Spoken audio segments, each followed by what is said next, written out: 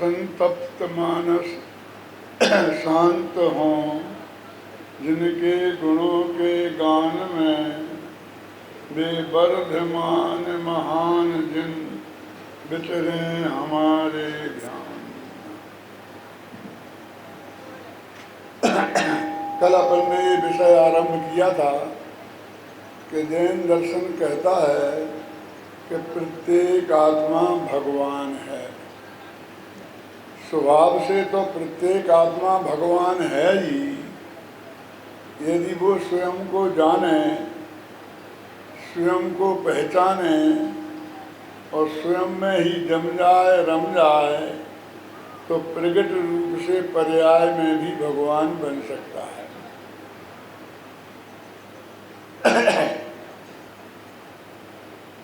ये जो भगवान बनने का उपाय है, उसमें भी पर में कुछ नहीं करना है। और पर का मतलब ये शरीर भी पर है ना। छठाला में लिखा है कि देह जीव को एक गिने बहिरात्म तत्व मुढ़ा है। तो शरीर और आत्मा को एक माने वो बहिरात्मा है, मूढ़ है, मिथ्या दृष्टि है। तो ये कहते देह की क्रिया से भी आत्मा परमात्मा नहीं बनता। तो क्या करे? स्वयं को जाने। ये जानने की क्रिया है, ये शरीर की क्रिया नहीं है। स्वयं को पहचाने, स्वयं में ही अपनापन करे, स्वयं में ही ऐसा विश्वास करे कि यही मैं हूँ, और स्वयं का ही ध्यान करे। तो सब स्वयं में ही करना है, स्वयं को ही करना है, पर में कुछ करना ही नहीं है। ऐसा ये भगवान बनने का उपाय माने मोक्ष मार्ग है। जब मैं ये बात कहता हूँ तो लोग कहते हैं कि हमने तो सुना था कि सम्यक दर्शन ज्ञान चारित्र ये मोक्ष का मार्ग है। भगवान बनने का उपाय सम्यक दर्शन, सम्यक ज्ञान और सम्यक चारित्र है, और तुम तो इसकी बातें ही नहीं करते हो। अरे भाई, अपने को जानने का नाम ही तो सम्यक ज्ञान है। अपने को पहचानने का नाम ही तो सम्यक दर्शन है। अपना ध्यान करने का नाम ही तो सम्यक चारित्र है। छठाला में लिखा है परिद्रव्यन्ते भिन्न आप में रुचि सम्यक भला है। कि परद्रव्यों से भिन्न जो अपना भगवान आत्मा है, उसकी रुचि होना। कोई रुचि माने अपनापन, उसमें अपनापन होना, उसका नाम सम्यक है। और वो भला है माने बहुत अच्छा है। लेकिन रुचि सम्यक भला है। और आप रूप को जान पनो सो सम्यक ज्ञान कला है। अपने आत्मा को पहचानना, जानना, उसका नाम सम्यक ज्ञान है। और आप रूप में लीन भये स्थिर, और अपने ही आत्मा में स्थिर हो जाना, उसका नाम सम्यक चारित्र सोई, उसका नाम सम्यक चारित्र है। तो यही बात तो हम कह रहे हैं। बस उतनी सी बात है कि वो शास्त्रीय शब्दों में कह रहे हैं, और ये हम आपकी भाषा में बोल रहे हैं। हमने शास्त्रीय शब्दों की बात शुरू की थी तो आपको विषय बहुत कठिन लगा था। अब हमने कहा कि हम आपकी भाषा में ही समझाएंगे, तो आपको ऐसा लगता है कि एक जैन धर्म है क्या? अरे, अपने को पहचानने का नाम और ऐसा मानने का नाम कि ये मैं हूँ, इसका नाम सम्यक दर्शन है।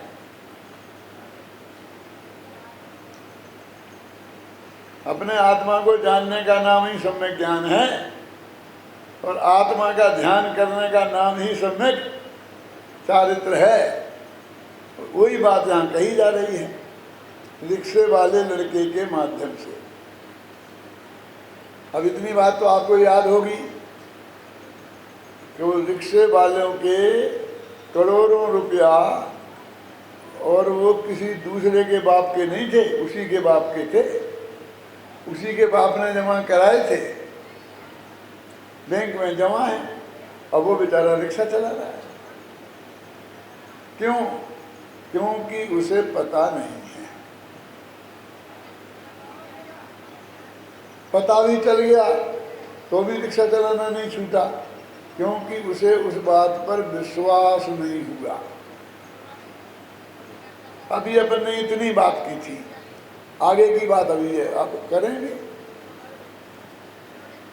कि उसे पता भी चल गया तो भी काम नहीं हुआ, क्योंकि अकेले पता चलने से कुछ नहीं होता।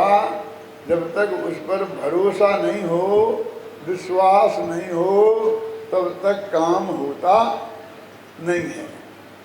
तो अब ये समस्या है कि पता तो चले गया, अखबारों में आ गया, नाम, बाप का नाम, सब, रेडियो स्टेशन से भी अनाउंसमेंट हो गया।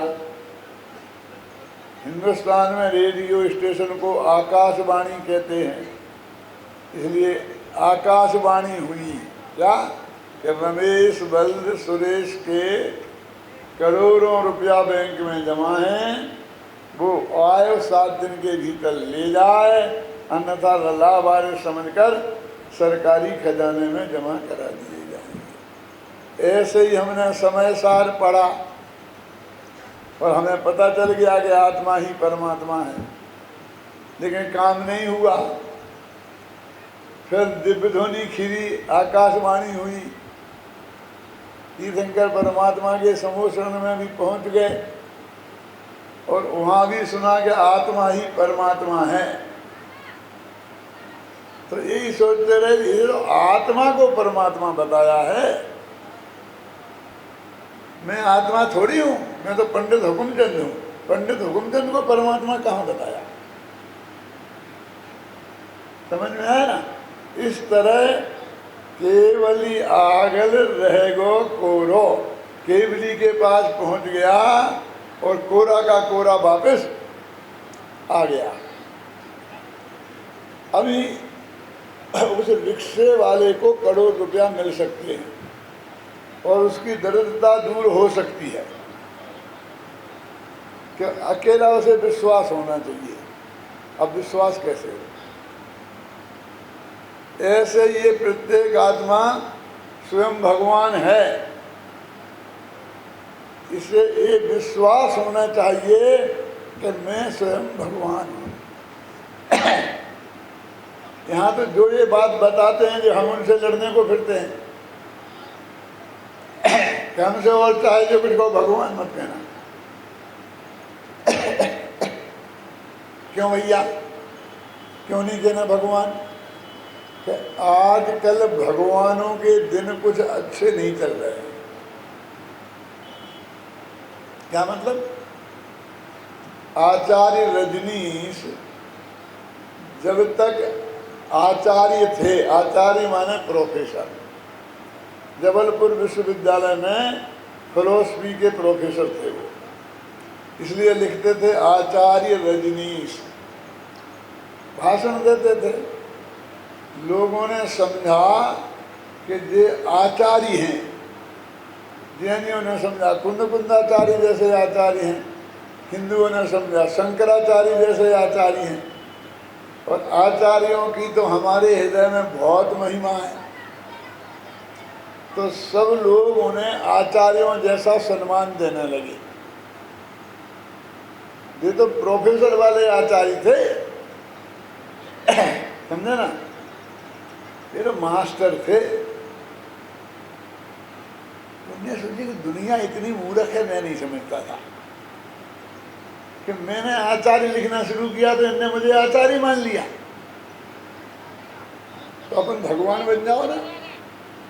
और उनने अपने नाम के आगे आचार्य रजनीश की जगह भगवान श्री रजनीश लिखना शुरू कर दिया और सारी दुनिया ने भगवान मान लिया।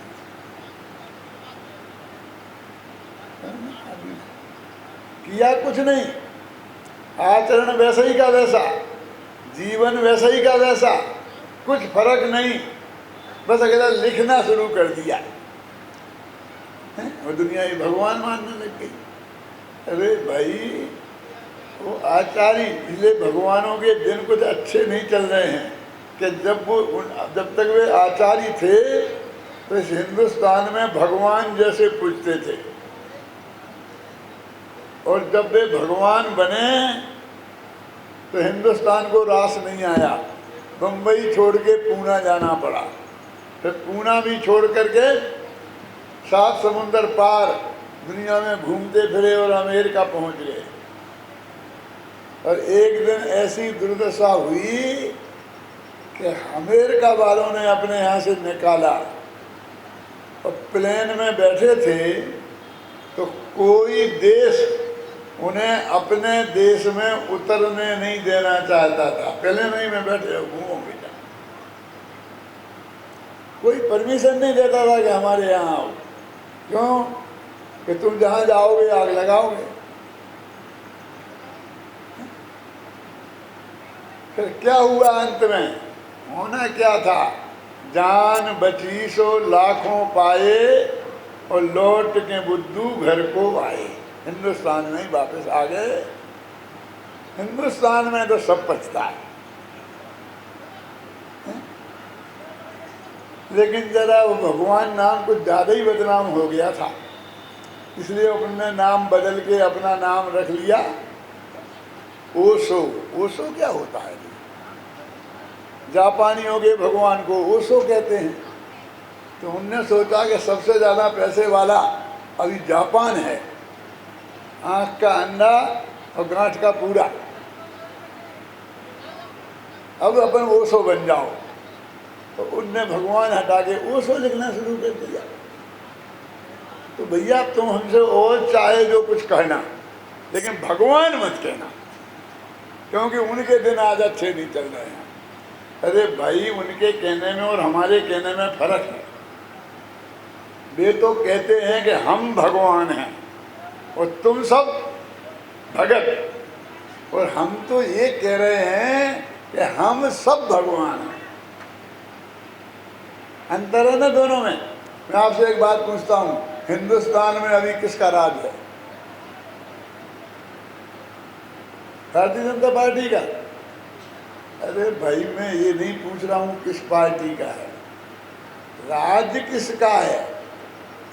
भारतीय जनता पार्टी तो राज्य व्यवस्था संभालती है, राज तो जनता जनार्दन का है। कि जनता जनार्दन जिसको वोट देती है वो व्यवस्था करता है, यही बात है ना।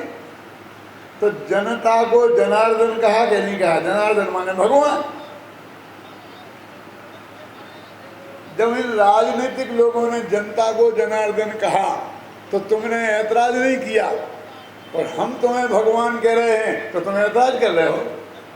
उनने भी तो कहा ना, हम तो आपके सेवक हैं, जनता जनार्दन के सेवक हैं, जितनी बनेगी हम आपकी सेवा करेंगे। कहते नहीं कहते? कैसे सेवक है मालूम? ये सेवक महाराज के हम दर्शन करने जाएं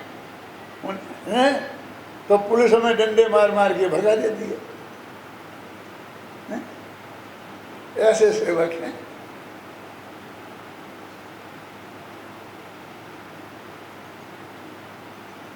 ये ऐसे सेवक हैं कि ये भगवानों को दर्शन देने आते हैं।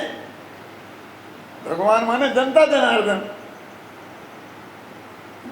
इतनी सी तो बात है ना।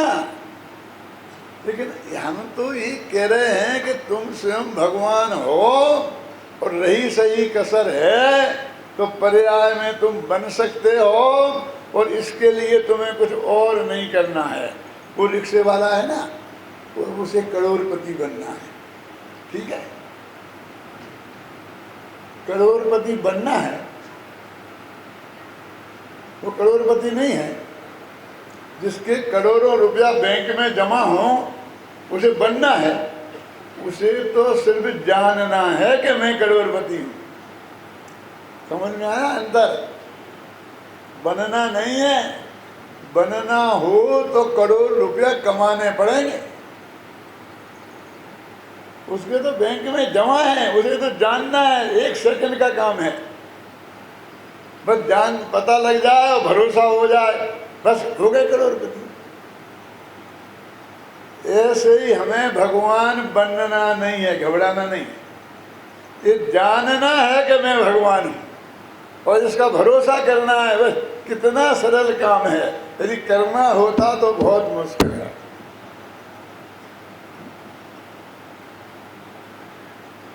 सिर्फ जानना है, बने बनाए भगवान हैं हम, सिर्फ हमें जानना है, उस रिक्शे वाले को सिर्फ जानना है और भरोसा करना है। अब भरोसा कैसे हो बताओ? ये सोच लो, यदि भरोसा नहीं हुआ तो सारी जिंदगी रिक्शा चलाना पड़ेगा मेरठ जैसी गर्मी में।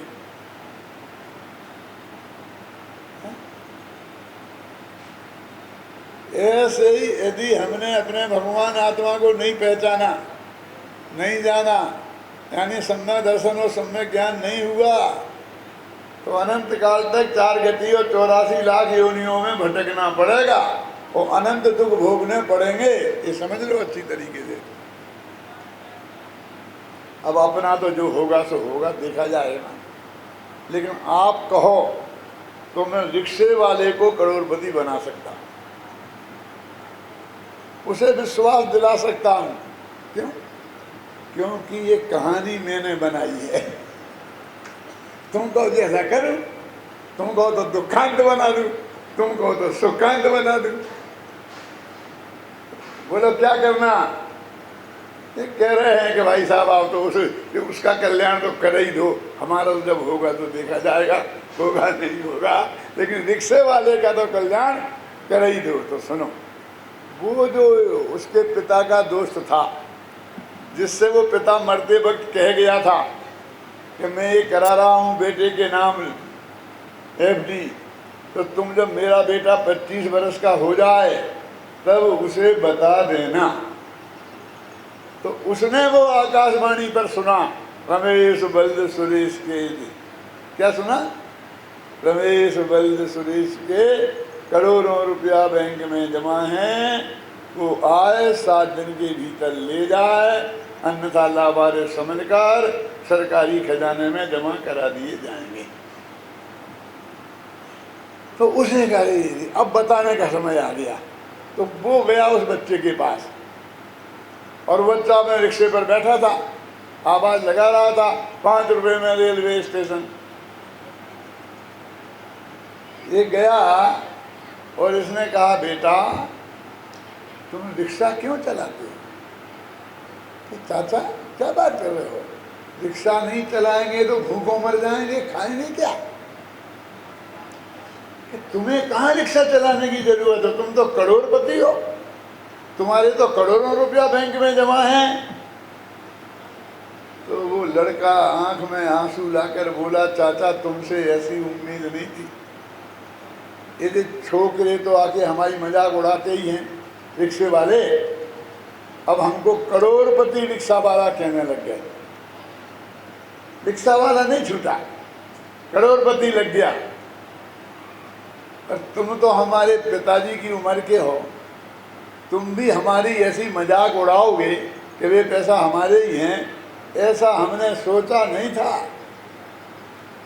तो उसने माथे पे हाथ फेर के कहा कि बेटा तो सचमुच तेरे ही रुपए हैं, मैं मजाक नहीं उड़ा रहा हूं। क्यों? ऐसे ही कोई ज्ञानी धर्मात्मा आया और उसने आपसे कहा कि आप 4 गति और 84 लाख योनियों में क्यों भटक रहे, गली गली में क्यों भटक रहे, 5 इंद्रियों के भोगों में क्यों उलझ रहे, मारे मारे क्यों फिर रहे, क्यों? क्या करें, 2 रोटियां तो जुटानी है ना। अरे तुम तो स्वयं भगवान हो। तो कहा चाचा तुमसे हमें ऐसी उम्मीद नहीं थी। ये जयपुर से छोटे छोटे छोकरे आते हैं 20-25 वर्ष के और गांव गांव में सुनाते हैं तुम स्वयं भगवान हो, हम स्वयं भगवान हैं। और इनने हमारी नाक में दम कर दिया भगवान कह के क्या हमारी मजाक उड़ाई है इनने। तुम तो चाचा समझदार हो, पुराने विद्वान हो, तुम तो ऐसी बातें मत करो।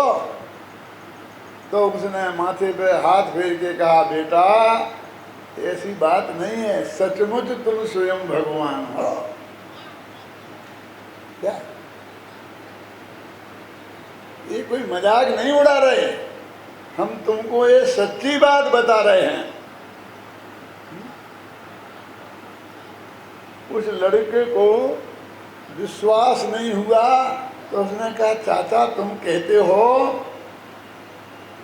लेकिन हमने तो कभी बैंक में खाता खोला ही नहीं, हमारे वो करोड़ रुपया कैसे हो सकते हैं? तो उन्होंने कहा, बेटा तुम्हें खोलने की क्या जरूरत थी, तुम्हारा बाप खाता खोल गया था।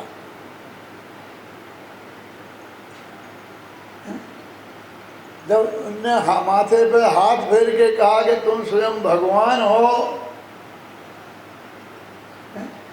कि हम भगवान कैसे बन सकते हैं?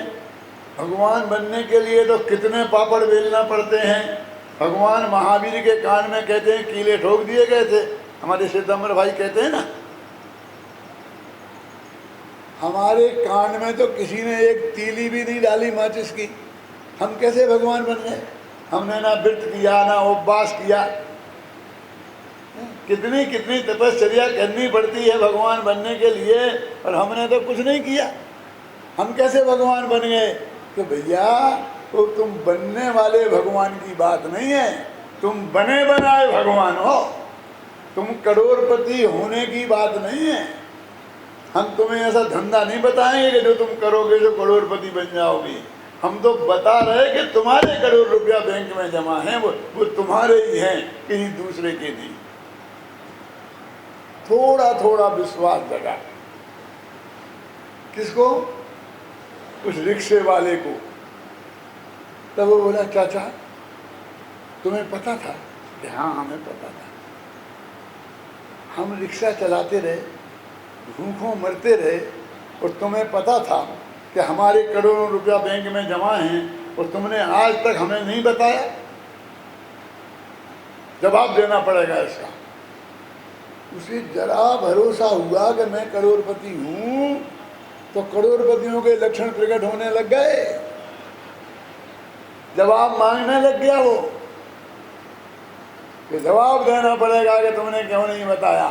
कि बेटा जाने दे पुरानी बात, आज तो बता दिया ना कि नहीं, हम रिक्शा चलाते रहे, भूखों मरते रहे, और तुम्हें पता था और तुमने बताया नहीं, इसका जवाब देना पड़ेगा।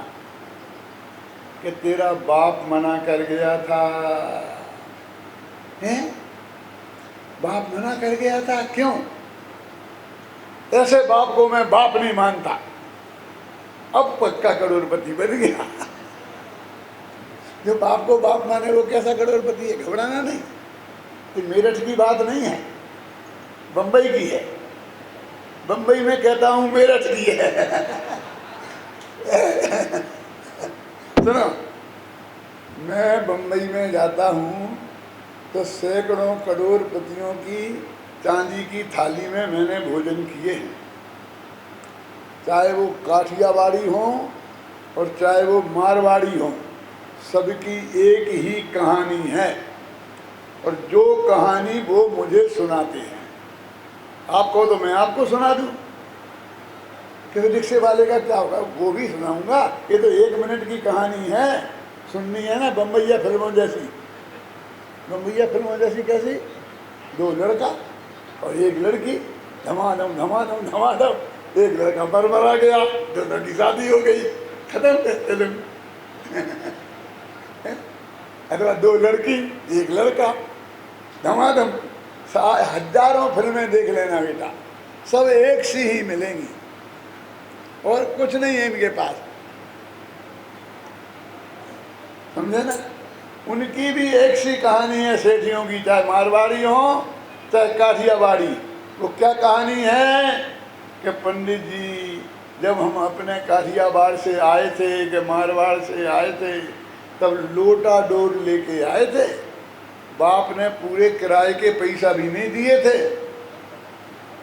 देता भी कहाँ से? 8 रुपया महीना में सेठ जी के मुनि में करता था, 12 बच्चे थे, दर्जनों से हिसाब था। कैसे देता। और आज जो ये ठाट बाट दिख रहा है, ये आपकी कृपा से इस बंदे का ही कमाल है। ये कहानी है सबकी। बोलो, बम्बई में बम्बई वाला कोई है ही नहीं।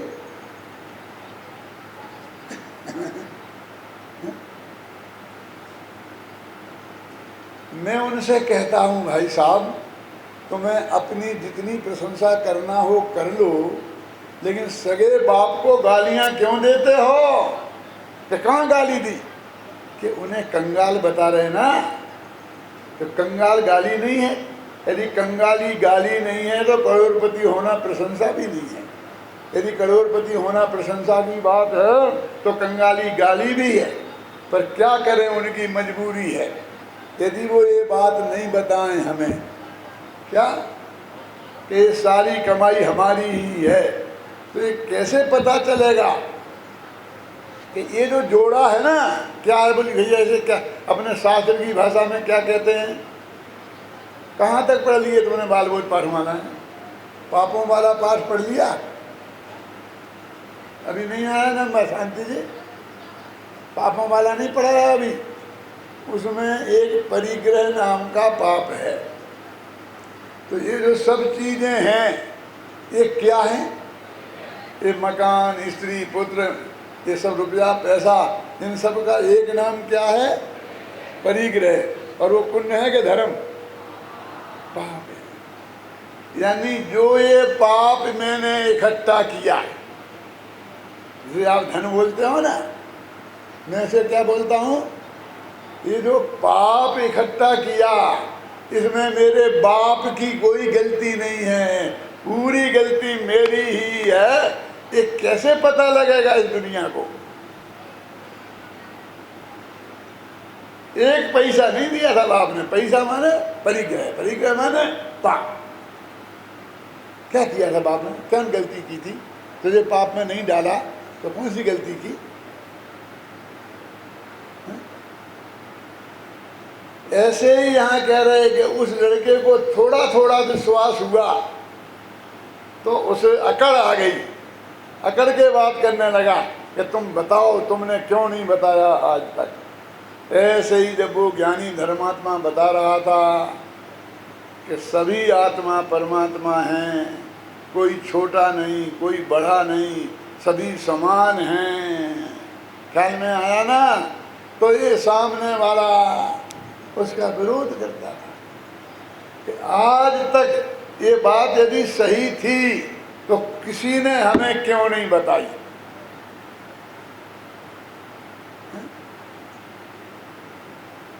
कि तेरे पिता मना कर गए थे। कि क्यों मना कर गए थे? क्योंकि तुझे पता चलने पर भी पैसा तो मिलते नहीं, क्योंकि वो 25-20 वर्ष की फिक्स डिपॉजिट थी। पहले तो मिलते नहीं ना, समय के पहले और भाग्य से अधिक न आज तक किसी को कुछ मिला है और न कभी मिलेगा। और ये पता चल जाने पर तेरे से रिक्शा चलता नहीं और पैसा मिलते नहीं तो भूखों मर जाता। तेरे हित की वजह से तुझे नहीं बताया। इतने पंडित आए और आज हमसे चंदा बना कर करके ले गए, हमारी संस्था को दान दोगे तो चारों दान का फल मिलेगा। क्यों? चारों दान का कैसे मिल जाएगा? कि वो पढ़ते हैं ना, इंजीनियरिंग, डॉक्टरी, अकाउंटेंसी, तो ये ज्ञान दान हो गया। इसी का नाम ज्ञान होगा। क्यों? ये ज्ञान दान हो गया। फिर वे छात्रावास में भोजन करते हैं भक्ष भक्ष रात को, तो ये आहार दान हो गया।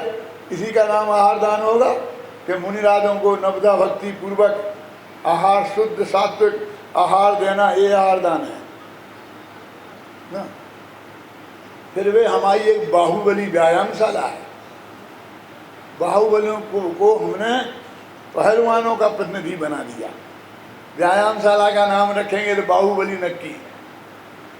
उनके यहाँ हनुमान व्यायामशाला होती है, तो अपने यहाँ बाहुबली व्यायामशाला। उसमें वे व्यायाम करते हैं तो अभयदान हो गया। अब हमने एक अस्पताल खुला रखा है, तो उसमें वे बच्चे दवाइयाँ खाते हैं, बीमार होते हैं, तो औसत दान हो गया। क्यों भाई साहब, ये मुनिराज क्यों नहीं खाते अंग्रेजी दवाइयाँ? कैसे खाएं, वहाँ पाप है। पर हम पंडित एक गोली खा ले में तो ये लोग हमारी जान ले लेते हैं। क्या तुम गोली खाते हो, तुम गोली खाते हो, अंग्रेजी दवाई खाते हो। ये गोली खाना पाप और पूरा दवा खाना पुण्य। घबराना नहीं। समझना मैं क्या कहना चाहता हूँ, या तो हमें गोली खाने की छूट दो क्यों, या तो उसे पाप मत कहो।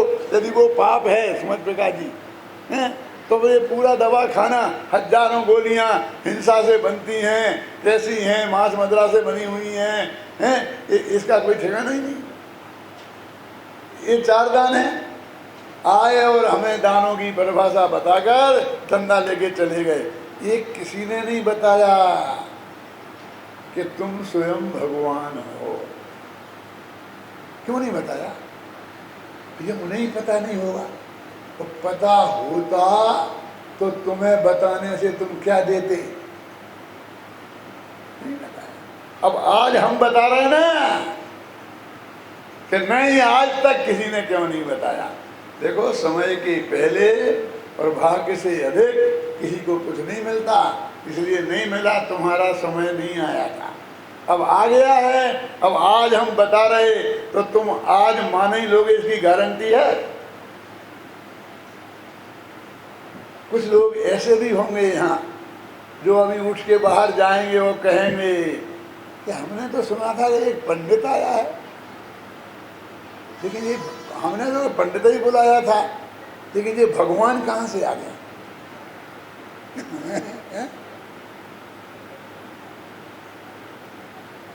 आज तुम कहाँ मानने वाले हो? कहते हैं भगवान है, तुम भगवान हो, पहले हमें इंसान तो बना दो, फिर भगवान बनने की बात करना।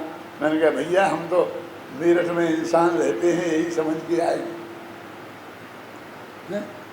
हम इंसान बनाने नहीं आए, क्योंकि हम तो आपको इंसान तो समझते ही हैं। क्या हुआ कि उसको थोड़ा थोड़ा भरोसा हुआ। किसको? उस रिक्शे वाले को, कि सचमुच वे पैसा जो बैंक में है वो मेरे ही हैं।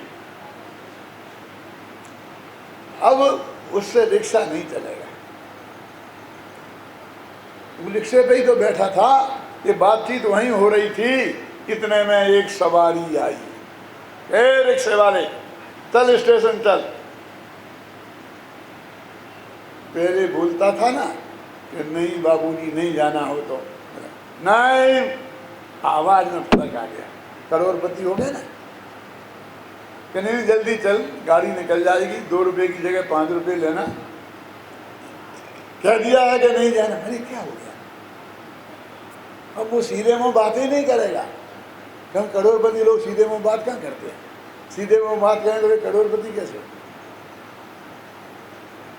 वो रिक्शा उसके बाप का थोड़ी था, बाजार से किराए में लाता था 10 रुपये रोज पर, शाम को 10 रुपया और रिक्शा वापस करता था, तब दूसरे दिन सुबह रिक्शा किराए पर मिलता था।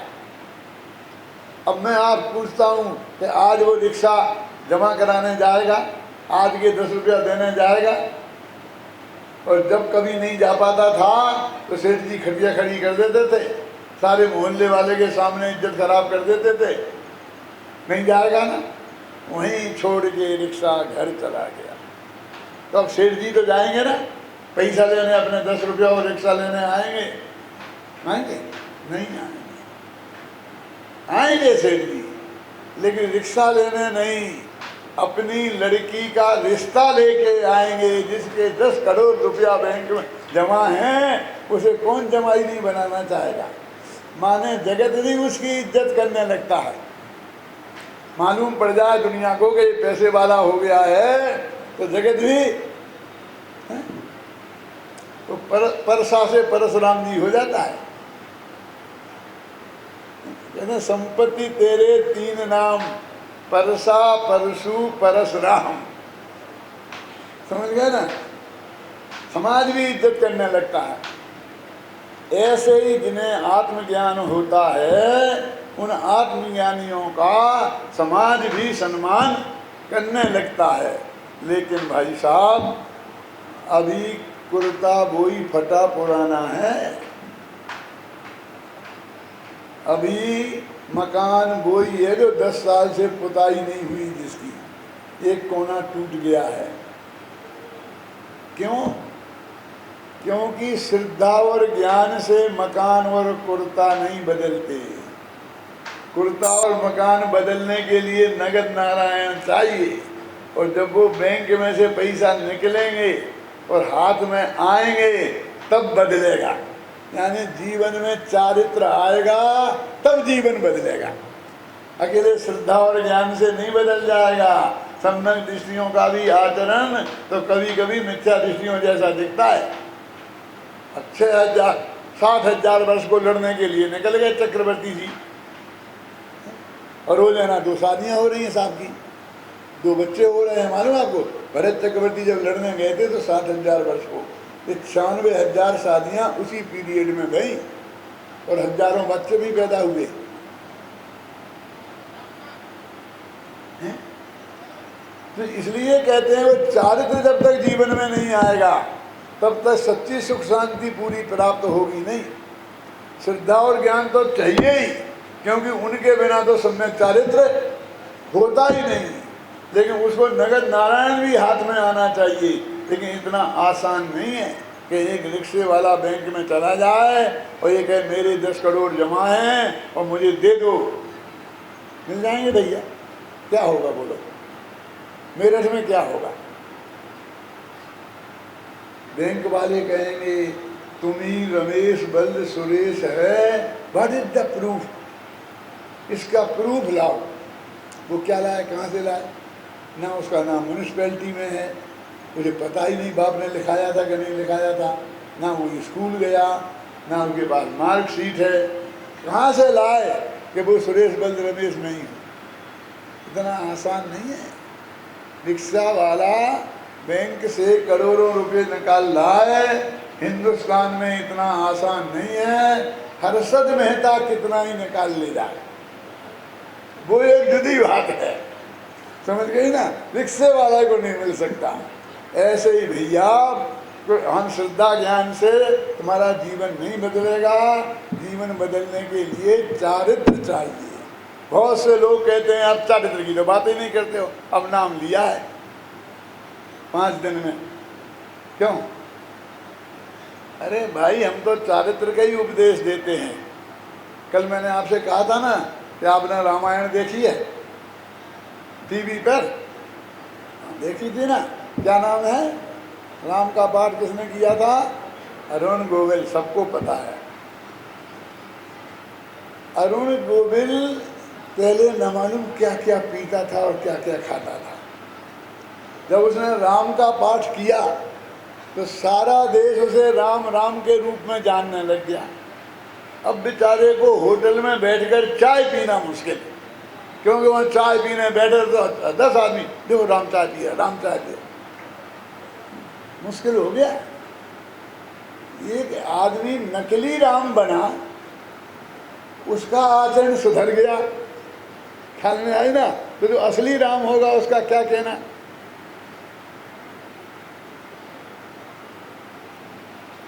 रावण ने मंदोदरी से कहा कि अब मैं नहीं बचूंगा। क्या कहा? अब मैं नहीं बचूंगा। कि प्राणनाथ क्या बात हो गई, क्यों नहीं बचोगे? कि सीता मुझे स्वीकार ही नहीं करती, और सीता मुझे स्वीकार नहीं करेगी तो मैं नहीं बचूंगा। कि नाथ हम क्या करें? कि तुम क्या करो, जाके समझा सकती हो तो सीता को समझाओ।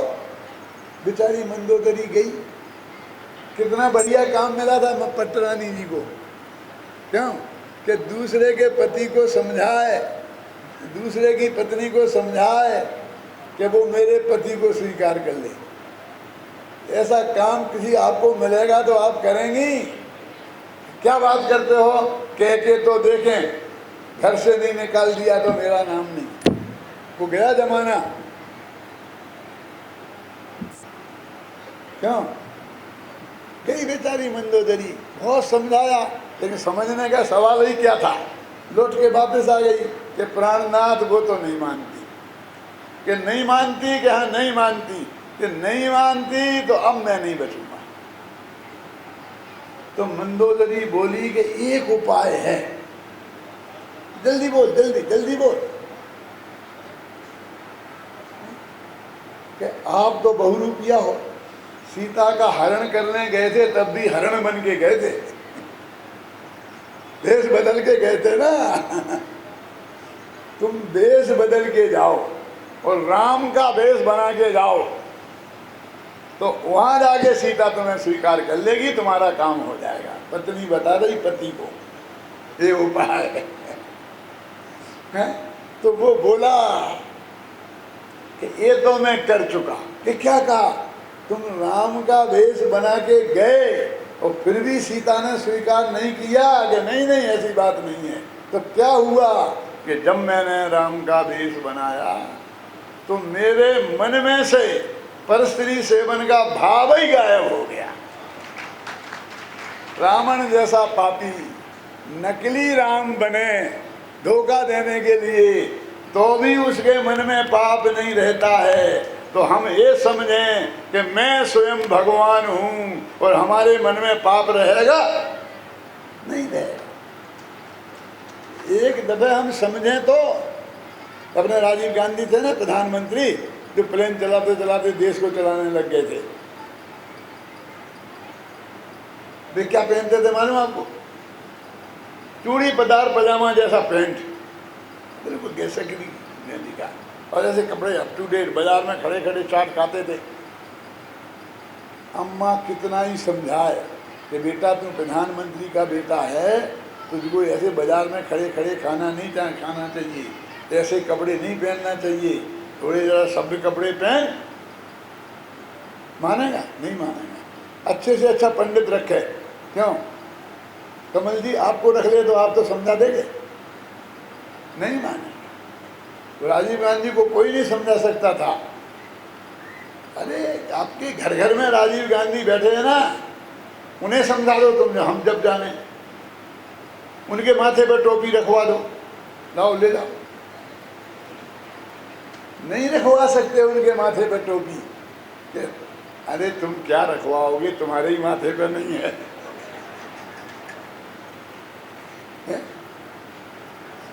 मैंने कोई नहीं मानता। और जब वो वे प्रधानमंत्री बन गए तो किसी ने नहीं समझाया। अम्मा तो चली गई थी, मर गई थी, किसी ने नहीं समझाया। तो गले में दुपट्टा आ गया, पजामा आ गया, कुर्ता आ गया, कभी कभी माथे पर टोपी भी। एक किसने समझाया? उनने एक मैं प्रधानमंत्री हूँ ऐसा अंदर से भाव आया तो आचरण सुधर गया, खान पान सुधर गया। अब खड़े खड़े बाजार में नहीं खाते। तो जब हमें ये पता होगा कि मैं स्वयं भगवान हूँ तो हमारा आचरण नहीं सुधरेगा? जरूर सुधरेगा। इसलिए भाई कौन कहता कि हम आचरण सुधारने की बात नहीं कहते हैं।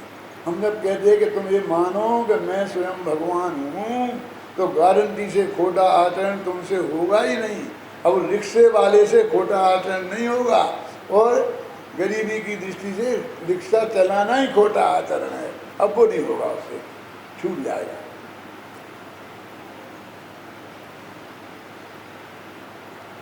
ताजमहल देखा है आपने? देखा है? मैंने भी देखा। जब मैं ताजमहल देखने गया तो बहुत से लोग ताजमहल देख रहे थे। एक आदमी बोल रहा था अपने साथियों से, धन्य है वो सम्राट, क्या नाम था, ऐसा ना भूतो ना भविष्यति। वो अपनी पत्नी को कितना प्यार करता था, जितना प्यार आज तक किसी ने अपनी पत्नी को नहीं किया होगा, और न आज कोई करता है और न भविष्य में कोई करेगा। इतना प्यार करता था। मुझे बहुत गुस्सा आया। गए मिस्टर क्या बोल रहे हो, क्या बोल रहे हो तुम, दोबारा बोलना। बोले कि क्या हो गया? मैंने कहा तुम उस बादशाह की प्रशंसा कर रहे हो जिसने ये एक वो बनाई है कबर, उसकी प्रशंसा कर रहे हो, जितनी करना हो करो, लेकिन और बाकी के जो पत्नी प्रेमी हैं उन्हें गालियां देने का तुम्हें क्या अधिकार है? बोले मैंने किसको गाली दी? तुमने कहा ना कि आज तक किसी ने इतना प्यार नहीं किया होगा, ना कोई करता है ना करेगा। 3 काल के प्रेमियों को तुमने एक साथ निपटा दिया। एक गरीब किसान अपनी पत्नी को उससे 100 गुना ज़्यादा प्यार करता हो, लेकिन वो एक साड़ी खरीद के उसके मन की न दे पाए, एक गहना नहीं बना के दे पाए, तो प्यार नहीं करता। प्यार से पैसे का क्या संबंध? उसने पैसे का प्रदर्शन किया है, प्यार का नहीं। बोले देने दो, बहुत बातें मत करो। यदि कोई और अपनी पत्नी को इतना प्यार करता है तो एक आध ताजमहल उसने भी बनवाया होगा। हिंदुस्तान में एक ही ताजमहल क्यों है? एक ही पत्नी प्रेमी था ना। क्यों बनवाए? जिसकी मर गई हो वो बनवा, जिसकी जिंदा है। बोले हाँ, बहुतों की मर भी गई, उनने कहाँ बना दिए। मैंने कहा ताजमहल पैसे से बनता है, प्यार से नहीं। तो गरीबों का पैसा उसने अपनी पत्नी की कब्र बनाने में बर्बाद किया, और तुम जैसे प्रशंसा करने वाले मिल गए। अरे उसे यदि महिलाओं से प्यार था तो एक मुमताज विश्वविद्यालय बना देता आज से 400 वर्ष पहले। तो ये हमारी माताएं बहनें जो आज टॉप कर रही हैं, आती ना हर यूनिवर्सिटी में टॉपर्स की लिस्ट देखो तो 8 लड़कियां 2 लड़के, तो 2 लड़के न मालूम कैसे आ जाते हैं। इतनी प्रतिभाशाली हैं, लेकिन उनके लिए पढ़ने का मौका नहीं मिला। लेकिन उसने कोई महिला विश्वविद्यालय नहीं खोला। क्यों? यदि वो देश से प्रेम करता था तो मुमताज बांध बना देता, तो चारों तरफ की जमीन हरी भरी हो जाती। 400 वर्ष पहले बन सकता था ना।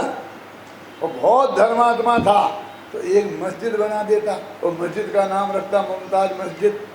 ना उसने विश्वविद्यालय बनाया, ना उसने बांध बनाया, ना उसने मस्जिद बनाई, अपनी औरत की कब्र बनाई। और तुम वाह वाह वाह वाह वाह। क्यों? ताजमहल प्यार से नहीं, पैसा से बनता है। ऐसे ही उसका आचरण श्रद्धा और ज्ञान से नहीं, चारित्र से सुधरेगा। और वो सुधरेगा, उसे पता चल गया है ना कि भाई रुपया मेरे हैं, और भरोसा भी हो गया है। तो अब एक ना एक दिन, देर है पे अंधेर नहीं, वो पैसा हाथ में आएगा, कुर्ता भी नया चलेगा, मकान भी नया बनेगा, सब कुछ होगा ना। ऐसे ही एक दफे हमें सम्यक दर्शन और सम्यक ज्ञान हो जाए तो जीवन में एक ना एक दिन चारित्र भी आएगा आएगा, और अवश्य आएगा, और हमारा मोक्ष मार्ग बनेगा। और हम स्वभाव से तो परमात्मा हैं ही, पर्याय में भी परमात्मा बन जाएंगे। सभी लोग इसी प्रकार पर्याय से परमात्मा बनकर अनंत सुखी हों। इस मंगल भावना के साथ मैं अभी की बात समाप्त करता हूँ।